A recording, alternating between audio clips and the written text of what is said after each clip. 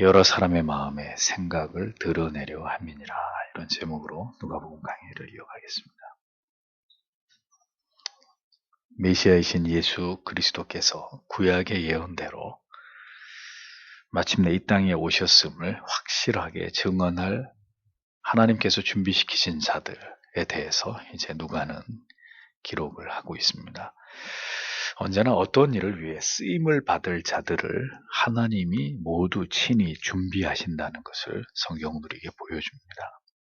우리에게는 우연처럼 보이는 일들이 절대로 우연이 아니라 그 모든 게 하나님의 계획과 섭리의 한 부분이라는 것을 성경은 우리에게 분명하게 가르쳐 줍니다. 어떤 일에 준비되어 쓰임을 받고 하나님께 부르심을 받게 되었다면 여러분, 그거보다 복된 인생이 어디 있겠습니까? 우리는 이미 세례 요한을 통해서 그 대표적인 인물이 바로 그 세례 요한이라는 것을 살펴보았습니다. 구약의 모든 선지자를 통해서 자신의 아들이 이 세상에 오신다, 이것을 예고하게 하신 하나님이십니다. 그리고 마침내 그분이 이 세상에 오셨다는 것을, 하나님의 아들이 이 세상에 오셨다는 것을 또 누가복음 1장과 2장에서 계속해서 그 시간에 진행되는 흐름을 따라서 그것을 확증하고 증언하는 인물들이 성경에 계속 등장하고 있는 것을 보여줍니다. 하나님께서는 하나님이 준비하신 자들, 그들의 입을 통해서 메시아가 세상에 오셨다, 이것을 계속 고백하고 증언하게 하심을 볼 수 있습니다. 하나님이 마침내 그 약속을 성취하셨다. 그 위대하신 하나님의 아들을 보내서 이 세상을 구원하고자 하시는 그 뜻을 마침내 이 땅 가운데 펼치셨다.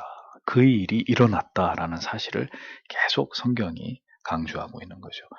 자, 이것을 증언하는 또 다른 인물이 성경에 오늘 나옵니다. 그 인물은 바로 시몬입니다. 25절, 26절을 보십시오. 그런데 예루살렘에 시몬이라는 사람이 있었다. 이 사람은 의롭고 경건하며 이스라엘의 위로를 기다리고 있었는데 성령께서 그 위에 머물러 계셨다. 성령께서 그가 주님의 그리스도를 보기 전에는 결코 죽지 않을 것이라고 알려주셨다. 이렇게 기록되어 있습니다. 자, 보십시오. 요셉과 마리아가 아기 예수님을 데리고 예루살렘 성전에 올라갔을 때 그들은 뜻밖의 인물을 그곳에서 만나게 됩니다.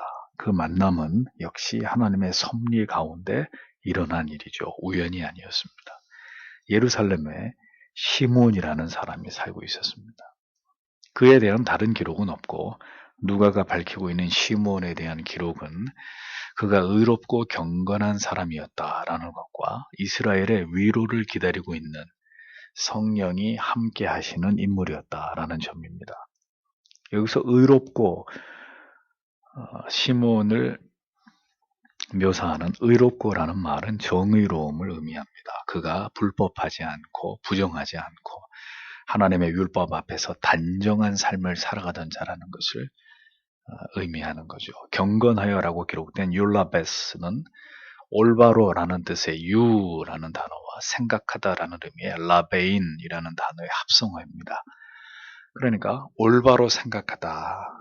그가 의롭고 경건하다. 그러니까 그가 올바로 생각하다. 올바로 생각하다라는 뜻 외에 율라베스라는 의미에는 두려워하다, 경계하다 이런 뜻도 있거든요. 그러니까 경건하여라는 말 속에 여러 의미들이 있어요. 올바로 생각하다, 두려워하다, 경계하다, 다 이 경건하다라는 의미에 들어가 있는 것입니다. 그러니까 이 같은 설명을 통해서 보면 우리는 시몬이라는 사람이 예루살렘에서 오래 살았는데 언제나 하나님의 말씀을, 하나님의 뜻을 올바로 생각하면서 두려움으로 그것을 지켜 살아가기 위해, 그것을 기억하면서 살아가기 위해서 최선을 다한 자라는 것을 알 수 있습니다. 그러니까 시몬은 아마도 구약의 많은 말씀을 통해서 메시아가 오신다라는 것을 알고 있었던 것 같아요. 또 성령이 그에게 친히 분명히 그에게 메시지를 주셨죠. 의롭고 중요한 것은 그가 의롭고 경건하게 살아가던 시몬이었다는 겁니다. 그러니까 왜 의롭고 경건하게 하나님 앞에 살아가고 있었느냐? 그가 평생토록 고대한 이스라엘에게 임할 위로라는 게 무엇이었느냐? 다음 절에서 그것에 대해서 말씀하죠. 그리스도를 보기 전에는 그가 죽지 않을 것이라고 성령이 그에게 친히 지시해 주셨다. 성경이 이렇게 기록합니다. 메시아가 이 땅에 오시는데 성령께서 시므온에게 말씀하시기를 네가 그 메시아, 이 세상을 구원하기 위해 오시는 하나님의 아들을 보기 전까지는 너는 죽지 않는다. 이 메시지를 그가 받았단 말입니다. 그러니까 내 생애 속에서 그리스도를 보게 될 것이라는 기대감 속에서 시므온은 의롭고 경건한 삶을 살아가면서 그 날을 고대했던 거예요. 주의 영이 분명히 나한테 오셔서 메시아를 보기 전에는 너는 안 죽는다. 그러니까 그 날이 분명히 내 인생 가운데 올 거라는 걸 믿었기 때문에 그 날을 생각하면서 그는 의롭고 경건한 삶을 살았다는 거예요. 메시아께서 오셔서 이스라엘을 회복시키실 것이라는 이 위로를 그는 마음에 품고 그것을 학수고대하면서 그렇게 살아가고 있었다는 거죠. 그러니까 그의 경건한 삶의 동기는 메시아에 대한 갈망과 기다림 때문이었다라는 겁니다. 시므온은 영적인 암흑기를 살아가던 자였습니다. 구약의 마지막 선지자 말라기의 선지자 이후에 400년 동안 이스라엘에는 하나님이 세우신 선지자가 아무도 나타나지 않았습니다. 그러니까 기약 없는 그 긴 흑암과 침묵의 시간 속에서 메시아가 오신다. 그 메시아의 도래만을 바라고 소망하면서 그 어두운 날들을 묵묵히 지나가고 있었던 예루살렘에서 오래전부터 살고 있었던 한 의롭고 경건한 사람, 한 그 사람이 있었다는 거죠. 성경이. 그가 시므온이다라고 성경이 얘기하는 거예요. 어두운 시대, 아무 희망도 보이지 않는 절망의 때에도 하나님이 주신 소망을 가슴에 담아서 의롭고 경건하게 결연한 뜻을 세워서 이스라엘에게 임할 하나님의 놀라운 위로를 기다렸던 사람. 성령께서 죽기 전에는 네가 반드시 메시아를 보게 된다라고 자기에게 주신 그 말씀을 기억하면서 오직 그 날을 위해서 살아가던 한 사람, 시므온. 둘도 아니라 시므온. 물론 뒤에 안나도 나오지만 여러분, 우리는 그의 모습 속에서 바로 오늘의 참된 신자의 모습을 보는 것입니다. 흑암의 시대, 아무런 소망을 찾을 수 없는 시대 속에서 신자는 무엇을 해야 할까요? 고독 속에서, 칠흑 같은 어둠 속에서도 동터올 새벽을 파수꾼이 기다리듯이 하나님의 약속을 신자는 바라봐야 합니다. 돌이켜 회개할 때 하나님이 다시 우리를 새롭게 하시고 새 날을 열어주신다는 것을 믿고 힘써 간구해야 되는 거죠. 사방이 어두울지라도 우리는 시므온처럼 하나님을 의지하면서 하나님의 약속이 이루어진다. 하나님의 약속이 이루어진다. 나에게 하신 그 말씀이 반드시 이루어진다. 그리고 그 가운데서 의롭고 경건한 삶을 살아가는 그런 그리스도인이 되어야 한다는 겁니다. 400년이었습니다.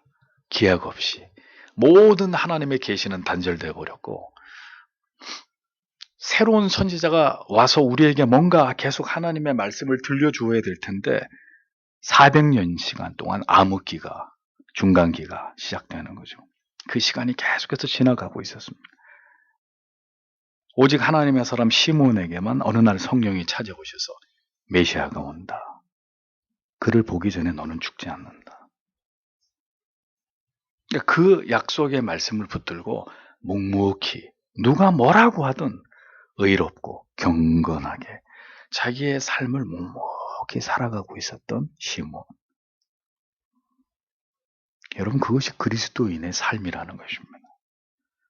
결코 악한 세상을 따라서 신앙의 정체성을 잃어버린 채로 하나님의 나라와 뜻에 대해서 무관심한 태도와 자세로 그렇게 신자가 살아가서는 안 되고 우리 자신을 돌아보아서 더 경건하게 하나님 앞에 의로운 삶을 행해 진력하면서 단정한 삶을 살아가기 위해서 부단히 힘쓰는 자들이 되어야 합니다. 왜? 하나님의 약속이 다가오고 있기 때문에. 하나님의 바로 그 때가 시시각각으로 우리에게도 다가오고 있기 때문에. 그렇게 살아가도록 하기 위해서는 시므온에게 성령께서 그가 죽기 전에 그리스도를 보게 될 것이라고 지시해 주셨듯이 어두운 시대를 살아가는 성도들의 마음 가운데 새겨 넣어주시는 하나님의 말씀이 있다는 거예요. 우리에게 주시는 뚜렷한 사명이 필요합니다. 시므온은 그거 하나 붙들고 살았어요. 내가 죽기 전에 메시아를 본다. 그 날을 맞이하고 죽는 게 내 사명이다. 내 존재의 이유다. 시므온은 그것을 생각했거든요. 그것을 붙들고 희망이 없는 시대였지만 우리 또한 우리의 가슴에 새겨주신 사명, 내가 지금 이 시대에 존재하는 그 이유, 그것을 굳게 부여잡고 그 시대를 살아내는 자들이 되어야 하는 것입니다. 여러분, 무엇 때문에 사시나요? 우리가 왜 존재합니까?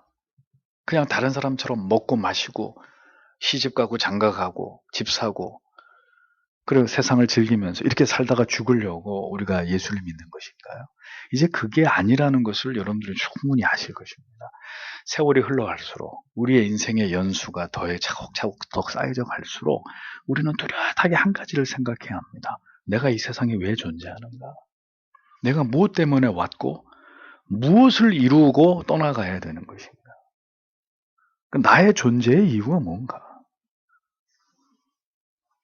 그것을 어디서 찾아야 됩니까? 하나님의 말씀 속에서 더 하나님의 말씀에 집중하고 온 마음을 쏟아서 주여 나를 부르신 뜻이 무엇입니까? 이 어두운 시대 속에 나를 하나님의 자녀로, 성도로, 신자로 부르신 이유가 뭡니까? 왜 내 인생에 이런 일들이 일어나고 있는 것입니까? 주의 뜻이 어디에 있습니까?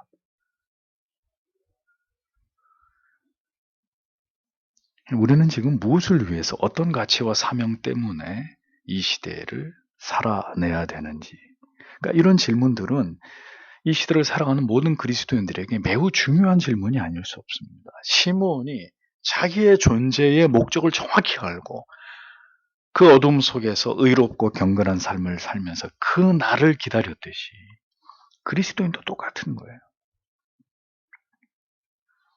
성도 여러분, 이 시대에 우리에게 가장 큰 사명이 무엇이겠습니까? 진리를 바로 세우는 것입니다.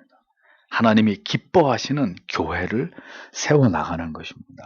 이런 주제가 한두 세대 전만 해도 그게 중요한 사명이 아니었습니다.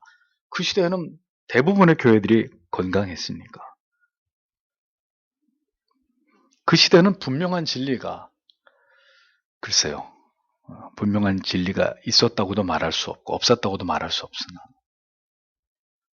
아무튼 지금 이 시대에 우리가 존재하는 이유는 진리를 바로 세우고 정말 하나님이 기뻐하는 예배를 드리고 하나님이 기뻐하는 교회와 공동체를 지켜나가는 것, 경건하고 의로운 삶으로 성령과 함께 동행하고 하나님이 주신 분명한 사명과 뜻을 향해서 우리의 인생을 흔들림 없이 걸어가야 될 때가 우리가 받은 이 시대가 아니냐, 저는 그렇게 생각을 합니다. 여러분, 세상이 어떻게 변해가고 있는지를 주목해 보십시오. 눈만 뜨면 어떤 일들이 세상에서 일어나고 있고 역사의 벽보를 통해서 하나님이 우리에게 무엇을 경고하고 준엄하게 교훈하고 계시는지, 이 모든 현상들은 그리스도인들에게 어떤 각오와 결의와 사명을 생각하게 하는지를 그리스도인들은 깊이 사유하면서 살아야 합니다. 성령께서 부디 시몬에게 그렇게 하셨듯이 이 시대를 살아가는 하나님의 참된 자녀들에게 하나님의 뜻을 보이시고 그것을 위해서 우리가 존재하도록 우리의 마음과 뜻을 하나님이 원하시는 바 그 뜻에 고정하여 주시기를 우리는 기도해야 되는 것입니다. 그러면 그 목적을 위해서 살아가는 자의 삶을 하나님이 외면하시겠습니까?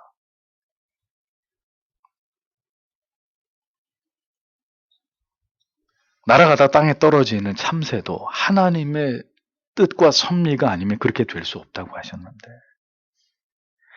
이 시대에 그런 뜻과 분명한 사명을 위해서 살아가려고 하는 교회와 신자들을 하나님이 모른 체 하시겠냐고요. 그들의 삶을 하나님이 지키시지 않겠습니까? 문제는 그런 뜻도, 그런 사명도, 그런 숭고한 존재의 의미도 알지 못한 채로 바람 부는 대로, 물결 치는 대로 살아가고 있는 의미 없는 삶이 주의 마음을 안타깝게 하는 거죠. 27절을 보십시오. 시몬은 성령의 감동으로 성전에 들어갈 때 아기의 부모가 율법이 정한 대로 행하기 위해 아기 예수를 데리고 왔다. 이렇게 기록하고 있습니다. 여러분 25절에서부터 계속 빠지지 않는 자, 이 모든 일들을 배후에서 진두지휘하시는 분이 누굽니까? 누구십니까? 성령이시죠. 자, 25절에 성령이 그 위에 계시더라. 26절에 성령의 지시를 받았더니 27절에 성령의 감동으로 성령은 사도행전의 성령 강림 사건 이전에도 보십시오, 여러분. 분명히 역사 속에서 뚜렷하게 일하고 계셨습니다. 하나님의 정하신 뜻에 따라서 한치의 오차도 없이 이 모든 일들이 하나님의 사람들 안에서 이루어져 가도록 그 모든 것들을 하나님께서 배후에서 그 모든 것들을 조정하고 계셨다는 거죠. 그러니까 성령은 그렇게 분명히 그때나 지금이나 우리의 마음과 영혼 속에서 역사하십니다. 하나님의 뜻을 성실하게 이루어 가십니다. 시므온의 마음 속에서도 오늘의 우리의 마음 속에서도 성령은 역사하십니다. 그러니까 시므온은 철저하게 성령의 뜻에 따라서 성령의 지배를 따라 행하고 있었다는 거죠. 그는 성령에 이끌려서 그리스도를 기다리고 있었고 그는 마침내 어떤 시점이 오자 성령에 이끌려서 성전 안으로 들어가게 되었고 그곳에서 그가 한평생 기다리던 아기 예수를 만나게 되죠. 시몬이 성전으로 향할 때 마리아와 요셉도 아기 예수님을 안고 성전으로 향했겠죠. 그러니까 이 모든 일들이 누구에 의해서 이루어진 것이냐? 성령이 하신 일이라고 성경은 말씀하고 있는 겁니다. 우연히 그렇게 된 게 아니라 성령은 반드시 우리의 생애 속에서 일어날 일들을 일어나게 하시고 만나게 될 자들을 만나게 하십니다. 그러므로 성령께서 오늘도 우리의 사랑하는 가족들 속에 지체들 속에 역사해 주셔서 부디 우리를 그리스도 앞으로 데려가 주시기를 기도해야 되는 것입니다. 시몬과 요셉과 마리아가 아기 예수가 예루살렘 성전에서 역사적인 그날 만나게 되었듯이 우리 모두를 그리스도 앞으로 데려가 주시기를 기도해야 합니다. 성경의 진리를 통해서 그렇게 주님을 만나고야만은 은혜가 우리 모두에게 함께 하시기를 바랍니다. 주도 면밀하게 일하시는 그 성령께서 우리의 기도를 들으셔서 우리로 하여금 더 그리스도를 깊이 알고 그분을 만나게 되고 마침내 형언할 수 없는 기쁨과 감격을 맛보게 되는 이 생명의 역사가 모든 하나님의 사람들의 영혼 가운데 일어나지기를 신자는 간절히 기도해야 되는 것입니다. 시므온에게 가슴이 터질 것 같은 결국은 그 메시아를 만나고야만은 그날이 찾아왔듯이 모든 하나님의 사람들에게 그 역사적인 랑데뷰 그리스도를 만나고야만은 그날이 찾아오게 되는 거예요. 그리고 그날이 와야 되는 것입니다. 우리의 모든 삶을 성령이 조율하셔야 합니다. 우리의 뜻대로 마음대로가 아니라 성령의 뜻을 따라서 모든 일들이 하나님의 섭리 속에서 완벽하게 이루어지기를 우리는 꿈꾸고 소망해야 합니다. 그걸 우리가 한다 그러면 우리는 할 수 없어요. 하나님이 우리를 통해서 그 일을 하신다는 걸 믿어야 되는 거죠. 믿고 소망하고 구해야 되는 거죠. 28절에서 33절을 보십시오. 그는 아기를 두 팔로 받아 안고 하나님을 찬양하며 말했다. 다스리시는 주님, 이제 주님께서는 말씀하신 대로 주님의 종을 평안히 떠날 수 있게 해주셨습니다. 왜냐하면 내 눈으로 주님의 구원을 보았기 때문입니다. 이 구원은 주님께서 모든 백성들 앞에 마련해 주신 것으로 이방 사람들에게는 계시의 빛이요 주님의 백성 이스라엘에게는 영광입니다. 아기 아버지는 어머니는 시므온의 아기에 대해 하는 이 말을 듣고 놀라워하였다. 이렇게 적고 있습니다. 성령에 끌려서 성전에 들어간 시므온은 한눈에 예수 그리스도를 알아보았습니다. 율법에 따라 결례와 번제와 속전을 드리기 위해서 많은 사람들이 예루살렘 성전에 드나들고 있었을 것입니다. 그들 중에는 누가 봐도 이렇게 품이 있고 기품이 있어 보이는 부모와 그 부모가 안고 있는 사랑스러운 아기들도 있었을 것입니다. 그런데 그 가운데 초라하고 볼품없는 시골 출신의 요셉과 마리아의 품에 안겨있는 아기 예수. 그 아기 예수를 보자 시몬은 한눈에 그가 메시아이심을 알아차리고 그 아기를 받아들고 하나님께 감격적인 찬양을 올려드립니다. 가슴이 터질 것 같은 감격 속에서 이제 드디어 마침내 자신이 말씀해 오시던 그 메시아를 품에 안아서 그 구원의 주를 뵙게 되었으니 나는 이제 평안히 눈을 감고 이 세상을 떠날 수 있게 되었습니다. 이렇게 고백합니다. 시몬은 그리스도의 오심의 의미를 이렇게 말하죠. 만민 앞에 그들을 위해 예비되신 구주이시고 이방을 비추는 빛이고 이스라엘의 영광이다. 이렇게 그리스도에 대해서 품에 안고 있는 예수 그리스도에 대해서 묘사합니다. 이방인에게도 임한 구원의 능력이 되시는 빛이시고 택하신 모든 나라의 열방의 민족들을 구원하시는 길이 이스라엘이라는 나라에서 다윗의 자손으로 오신 예수를 통해서 활짝 열리게 되었기 때문에 이스라엘이라는 나라의 영광이라고, 이 나라에서부터 구원의 물줄기가 펼쳐지기 시작한 것이기 때문에 이방인들에게는 그들까지도 구원하시려고 하는 위대한 복음의 빛이었고, 이스라엘에게는 그 일이 시작된 나라로 이스라엘이 선택됐고 그곳에서 주님이 태어나셨기 때문에 이스라엘에게는 영광이다. 시몬이 아기 예수의 탄생의 의미를 그렇게 노래했습니다. 하나님의 구별하여 택하신 모든 민족들, 그들이 유대인이든 이방인이든 그들을 구원하기 위해 메시아가 오셨다는 것을 이 시몬의 감격적인 찬양과 고백 속에서도 선명하게 드러나고 있는 거죠. 누가 기독교를 유대인의 종교라고 얘기하냐 이거죠. 그리스도는 유대인이든 이방인이든 그들 하나님의 택하신 그들 모두를 구원하기 위해 오셨다는 이 위대한 고백을 시몬도 그 고백에 한마디를 덧붙이고 있습니다. 그리스도께서 이 땅에 오심은 오래전 구약시대 때부터 예언되어 온 말씀의 성취로 택하신 모든 백성들, 유대인과 이방인 그들 모두를 구원하기 위함이었다는 것을 성경이 이렇게 분명하게 거듭해서 밝히고 있었다는 것을 여러분들은 꼭 기억하셔야 합니다.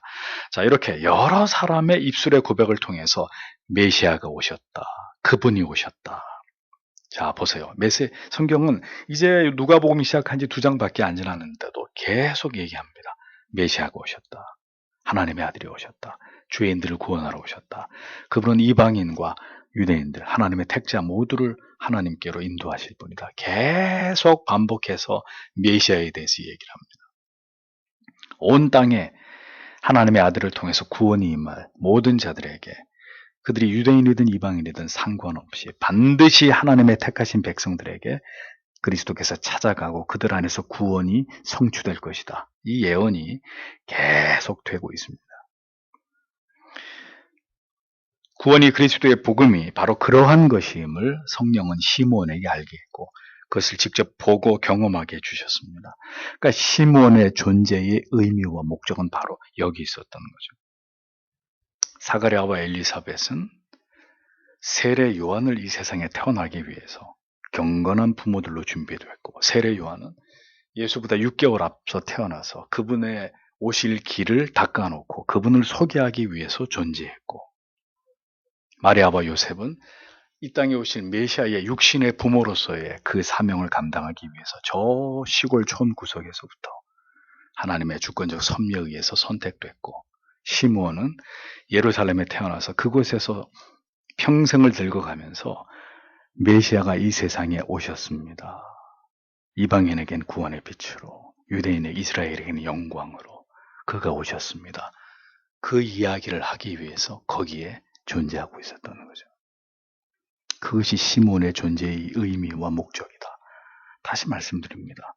우리는 왜 대한민국에 이곳에 살아가고 있는 것일까요?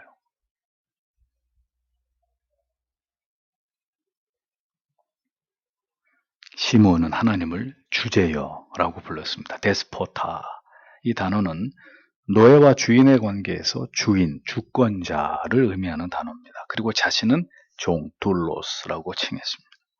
그러니까 주인의 명을 받드는 종으로서 이제 자신은 메시아를 보고 그가 이 세상을 오셨음을 증언하는 증인의 사명을 이제 완수했습니다. 이 시몬의 고백이에요.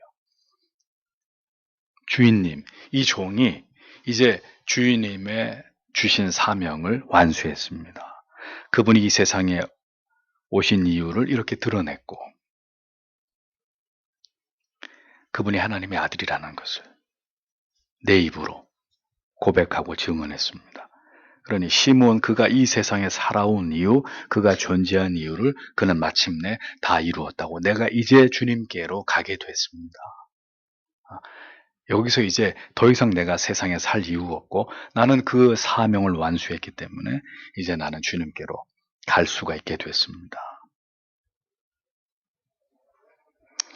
우리는 모두 하나님의 둘로습니다. 하나님의 종들입니다. 즉 주인이 주신 분명한 사명을 위해서 이 세상을 살아가는 사람들입니다.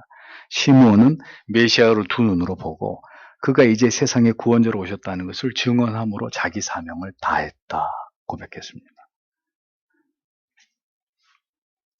모두가 그렇게 하나님의 사람들의 공통점이 있는데 그게 뭐냐면 죽을 때 내 존재의 이유와 목적을 성취했다는 기쁨을 가지고 그것에 감격해하면서 죽었다는 거예요.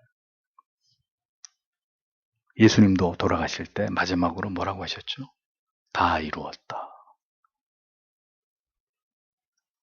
세례 요한도 기꺼이 예수를 이 땅에 소개하는 사명을 다 이루고 소녀의 소반에 그 목이 담겨져서 그렇게 인생을 끝낸 모든 하나님의 사람들은 그렇게 자기의 존재의 이유와 목적을 완전히 이루고 감격과 기쁨 속에서 영생을 바라보면서 하나님의 나라로 돌아갔습니다. 여러분, 우리는 무엇을 이루고 하나님께 돌아가야 될까요? 우리는 우리 인생 전체를 통해서 어떤 사명이 완수됐을 때 흐르는 눈물 속에 감격하면서 영혼 가득한 감사의 마음으로 이제 내가 하나님을 배웁기 위해서 기꺼이 미련 없이 세상을 떠날 수 있게 됐습니다. 라고 고백하면서 우리의 죽음을 맞이하게 될까요? 성도 여러분, 그냥 왔다가 가는 인생이 아닙니다. 사명을 이루고 하나님께로 돌아가야 할 우리는 그분의 둘로스, 종들입니다. 낙사와 같은 아무렇게나 산 인생이 아니라 하나님 앞에서 분명한 신앙의 족적을, 흔적을 남기는 인생을 살아야 합니다. 바울이 이제 누구도 나를 건드리지 마라. 내 몸에 스티그마타 투 예수의 흔적이 있다. 그는 예수의 흔적을 자랑하면서 자기의 신앙을 고백했습니다. 우리의 자랑은 무엇입니까? 평안과 영달을, 안정을 구하면서 늙어가는 죽음을 향해 가는 인생이 아니라 죽는 그날까지 치열하게 나를 향하신 하나님의 뜻을 이루어드리고 주님께로 돌아가는 삶. 그것이 성도의 삶입니다. 저는 제 인생의 노년이 무료하거나 무의미하지 않기를 소원합니다. 저는 목회를 마치시고 은퇴하신 아버지가 살아가시는 모습을 보면서 참 마음이 무거웠습니다. 아, 나도 목회 현장을 떠나면 아버지처럼 저렇게 되는 것인가. 그러면서 저는 속으로 생각했습니다. 죽는 순간까지 내게 주신 사명을 위해서 열렬히 살아가는 삶이기를 저는 소망합니다. 아버지의 삶이 잘못됐다는 게 아니라 아버지는 아버지대로 은퇴를 하시고 그 다음에 이제 병 때문에 그렇게 힘들어 하시다가 하나님 앞에 가셨지만 때가 되면 저도 목사의 직무에서 은퇴하게 되겠지만 주를 위한 삶에서는 절대로 은퇴하지 않기를 바라는 것이죠. 목사라는 직무에서는 내려와야 될 때가 있겠지만 주께서 내 생명을 부르시는 그날까지는 오직 예수 그리스도의 복음을 위해서 진리를 위해서 종처럼 살다가 그리스도의 노예처럼 살다가 주의 품에서 영원히 안식을 얻게 되기를 저는 지금도 꿈꾸고 소망하고 열망합니다. 시몬의 고벨의 찬가처럼 그렇게 살다가 어느 날 주의 부르심에 응하는 여러분, 우리가 그런 인생을 꿈꾸어야 합니다. 마리아와 요셉은 뜻밖의 성전에서 시몬과 만남과 그리고 그의 입에서 들려지는 예수 그리스도에 대한 그의 증언에 대해서 놀라움을 금치 못하게 됩니다. 천사들, 목자들, 그리고 동방박사들, 사가랴와 엘리사벳, 시므온, 여러 사람들의 입을 통해서 그들이 지금까지 듣게 된 메시아에 대한 모든 이야기들은 당연히 요셉과 마리아를 놀라게 하기에 충분한 일들이었습니다. 그들은 시간이 지날수록 자신들에게 주어진 이 아기가 어떤 존재이고 어떤 사명을 가지고 이 세상에 오신 분인지에 대한 이해가 점점 더 그들의 속에 깊어지고 그 지식이 쌓여져 가고 있었다는 거죠. 시므온은 성령이 함께 하심으로 말미암아 요셉과 마리아에게 그리스도께서 살아가실 삶과 그분의 사명에 대해서 이어 예언하고 있었습니다. 34절, 35절. 시몬은 그들을 축복하고 난 후에 아기의 어머니 마리아에게 말하였다. 보십시오. 이 아기는 이스라엘에서 많은 사람을 넘어지게도 하고 다시 일어나기도 하며 또한 배척을 당하는 표징이 되기 위해 세우심을 받았습니다. 또한 칼이 당신의 영혼까지도 꿰뚫을 것입니다. 이것은 많은 사람들의 속 생각이 드러나도록 하기 위함입니다. 이렇게 기록되어 있습니다. 시몬의 예언을 잘 보십시오. 그리스도의 도래는 필연, 택자와 불택자를 가르게 되는 분수령이 된다라는 것을 시몬이 예언합니다. 그러니까 예수 그리스도는 불신자들에게는 심판에 걸려 넘어지게 하는 거치는 돌이나 걸리는 반석이 되실 뿐이고 믿는 자들에게는 다시 이렇게 세워 하나님 앞에 서게 할 디딤돌이나 모퉁이의 머릿돌이 되실 것이라는 거죠. 그리고 그 일로 인해서 그분은 사람들에게 비방과 모욕과 반대와 멸시를 당하시게 될 것이라고.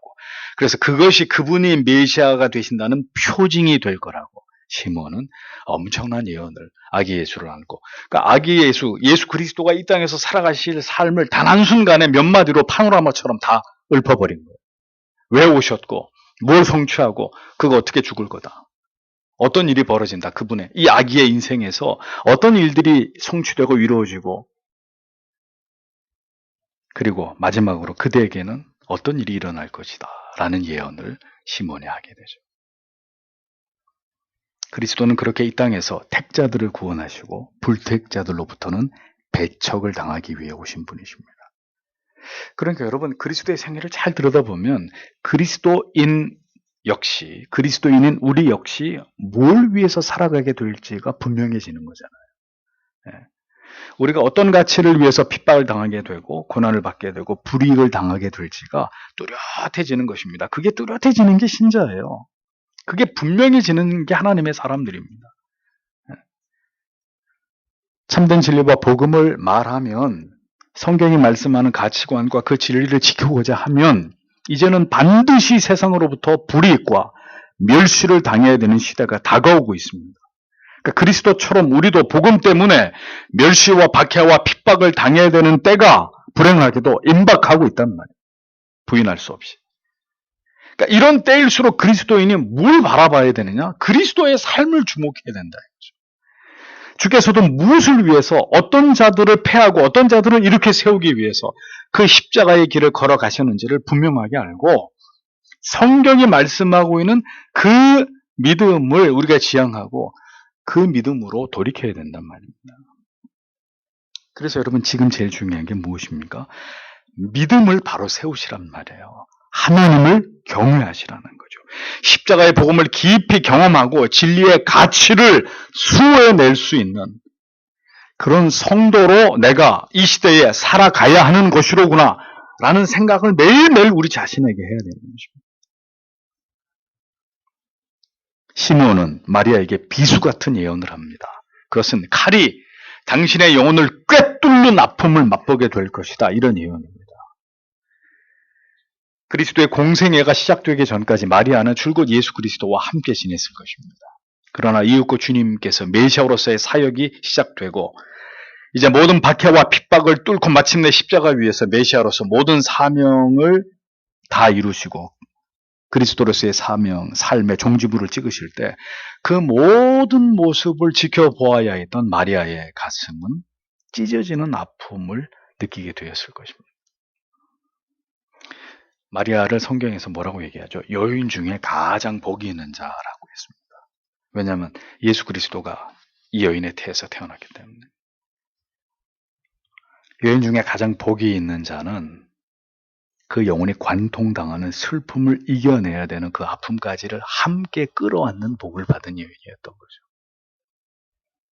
주를 따르는 것이 우리에게 더 없는 복과 기쁨과 위로만 있는 게 아닙니다. 예. 지금처럼 복음의 정신이, 성경의 진리가 왜곡되고 무너질 때, 성도 여러분, 성도의 마음에는 비통함과 괴로움과 고통을 느낄 수밖에 없는 거예요. 이것은 지금까지는 아직 마음으로, 영혼으로 느끼지만, 시간이 좀 더 흐르면 이제 온 몸으로 그것을 느껴야 되는 때가 올지도 모르겠죠. 그러니까 성경은 뭘 말씀하려고 합니까? 사랑하는 것만큼이나 아픔도 큰 것이 주님을 쫓는 신자의 삶이라는 거예요. 예수를 쫓아가는데도 영혼이 관통당하는 슬픔을 느껴야 돼요. 내가 예수를 믿는 하나님의 자녀인데도 내 가정 때문에, 혹은 어떤 사람 때문에, 교회 때문에, 어떤 문제 때문에 죽을 것처럼 힘든 괴로움과 슬픔과 고통까지도 감당해야 되는 게 믿음의 길이에요.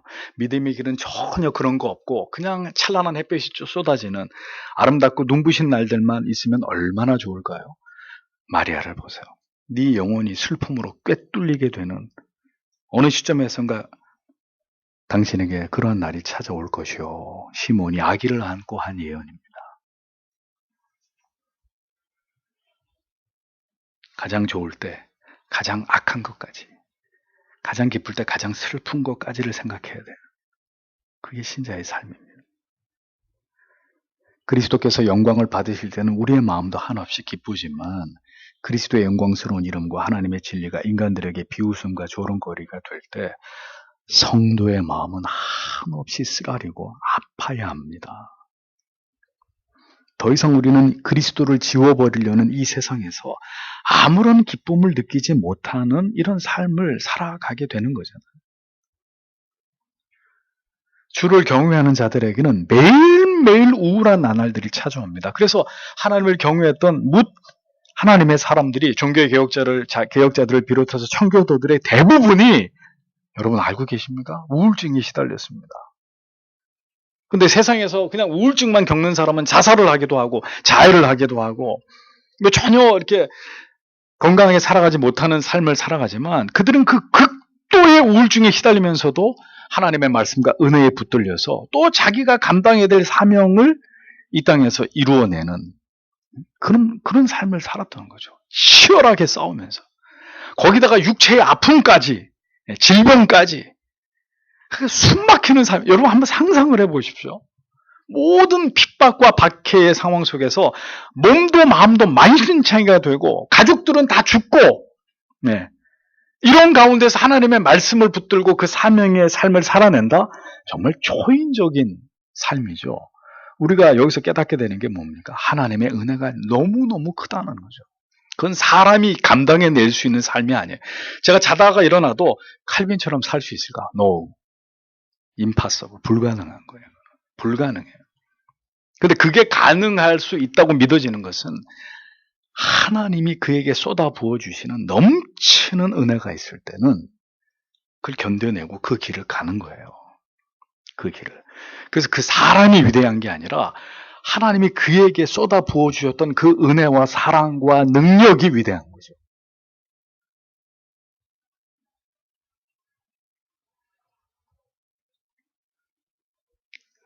주를 경외하는 자들에게는 매일이 우울한 날들입니다. 부디 하나님께서 이 땅을 고쳐주시기를 바라는 탄식과 한숨 소리가, 기도 소리가 끊어질 수가 없는 거예요. 칼이 영혼까지 꿰뚫는 아픔을 감내하는 것. 그것이 성도 여러분, 그리스도를 사랑하는 것입니다. 잊어버려서는 안 됩니다. 주께서 오시면 그렇게 메시아에 대한 서로 극명하게 다른 사람들의 두 가지 생각들이 그 다음에 들통나게 된다, 이렇게 말씀하고 있습니다. 뭐가 들통난다는 거예요? 그러니까 주님이 오시면 예수를 혐오할 자들과 예수 그리스도를 너무너무 사랑하게 될 자들, 그래서 그분을 위해서 자기의 생명을 내어놓는 것조차도 아까워하지 않는 자들이 선명하게 드러나게 될 거예요. 자, 하나님을 믿고 그 율법을 지키는 일을 가장 중요하게 여겼던 수많은 유대인들의 그 베일이 확 벗겨지는 거죠. 뭘 통해서요? 그리스도의 출현을 통해서. 다 하나님 사랑한다 그러고 그래서 열심히 하나님 율법 지키고 봐라 내가 이렇게 하나님을 사랑하지 않느냐 이랬던 사람들인데 예수님이 태어나셔서 너희가 지키려고 하는 율법은 아무 의미가 없는 것이다. 너희는 하나님을 사랑하지 않지 않느냐. 내가 그분의 아들이다. 너희가 이제 나를 믿어야 영생을 얻는다. 자, 그리스도가 오심으로 유대인들 속에 진정한 신자와 하나님을 어리석게 거짓되게 자기의 의를 추구하면서 하나님을 기만했던 거짓된 신앙을 가졌던 유대주의자들이 선명하게 그 정체를 드러냈듯이 성도 여러분, 바른 믿음은 고난이 닥칠 때 진리의 변질이 시작될 때 다 드러나게 되어 있는 거예요. 다 드러나게 되어 있는 거예요. 어떤 사람의 어떤 사람의 신앙이 진짜인지 가짜인지, 어떤 교회가 진짜 교회고 가짜 교회인지가 머지않아서 고난과 혼란과 핍박이 시작되면 다 드러나게 되는 거예요. 모두가 주를 믿는 믿음인 줄 알았는데 환란과 핍박의 피바람이 몰아칠 때 결국은 진정으로 주를 믿고 사랑하는 믿음이 있었고 그러는 척 했던 믿음이 있는 거고 예수를 사랑하지만 자기 자신을 더 악착같이 사랑했던 그런 믿음이 있는 것이고 드러나는 거예요. 그러니까 주의 오심은 그렇게 사람의 마음의 생각을 신앙의 진위를 모두 적나라하게 드러나게 되는 계기가 될 것이라고 시몬이 예언을 합니다. 그분이 오시면 사람들의 마음이 다 드러나게 될 것이다. 그 예수를 믿으려고 하는지 끝까지 악을 쓰면서 그 예수를 지워내고 부정하면서 안 믿으려고 하는지 다 드러나게 될 것이다. 여러분 주의 오심에 대해서 성경이 이토록 두렵고 첨예한 말씀을 시몬의 입을 통해서 기록해 두셨다는 것을 알고 계셨습니까? 우리는 이 말씀에 주목해야 돼요. 결국 다 드러나요. 다 드러나요. 주님이 오실 때가 다가오면 그때는 초림이고 이제 주님이 재림하실 때가 다가오면 그리고 바른 진리를 이렇게 선포하면 다 정체를 드러내게 돼 있어요. 그만 듣기 싫어요. 죄 얘기하지 마세요. 위로해 주세요. 사랑이 필요해요. 다 드러난다고요. 다 드러난다고. 무엇이 진정한 믿음인지 믿음이 아닌지 어떤 믿음이 끝까지 주를 사랑하고 진리를 지킨 믿음이 될지 어떤 믿음이 결국은 거짓으로 배도하고 하나님께로부터 떠나게 될 믿음이 될지 우리의 시대 속에서 그것이 드러나게 될 때가 올 것입니다. 오늘도 깨어 기도하면서 그리스도를 향한 견고한 믿음과 모든 환난 날에 우리의 믿음을 지키기를 기도하는 자들만이 그날에 그 자신이 누구인지를 증명하게 될 것입니다. 시몬의 입을 열어서 성령께서는 그리스도께서 오시는 이유와 그분의 삶에 기다리고 있는 일들을 미리 예고해 주셨습니다. 성경은 이렇게 그리스도의 생애에 대해서 계속 설명을 덧붙여가기 시작합니다. 메시아에 대한 더 많은 이야기들이 계속 추가되고 확장될 것입니다. 그렇게 성경은 하나님의 아들이 이 세상에 오신 이유와 그분으로 인해서 세상에 일어난 일들을 계속해서 말씀하고 있는 거죠. 그 일은 그렇게 예언하신 대로 모든 시대와 세상 속에서 이루어졌고 지금도 그 일이 진행되고 있습니다. 우리는 지금 바로 그 예수 그리스도를 믿고 있는 것입니다.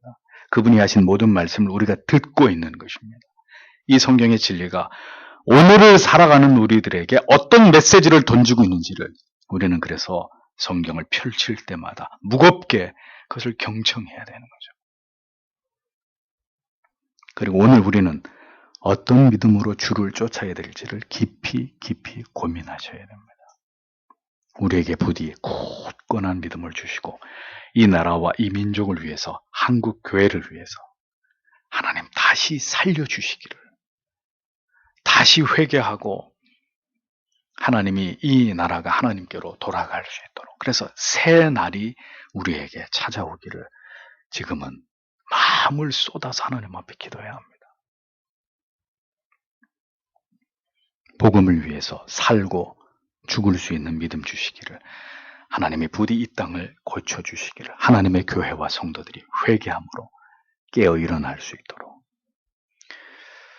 오늘도 여러분 이 누가복음의 말씀을 통해서 오늘을 살아가는 우리에게 진리가 뭘 말씀하고 있고 우리가 어떤 기도의 제목을 가지고 하나님 앞에 기도해야 될지를 마음에 깊이 새기시면서 이 밤에도 함께 마음을 모아서 간절히 기도하고 돌아가시기 바랍니다. 기도하겠습니다.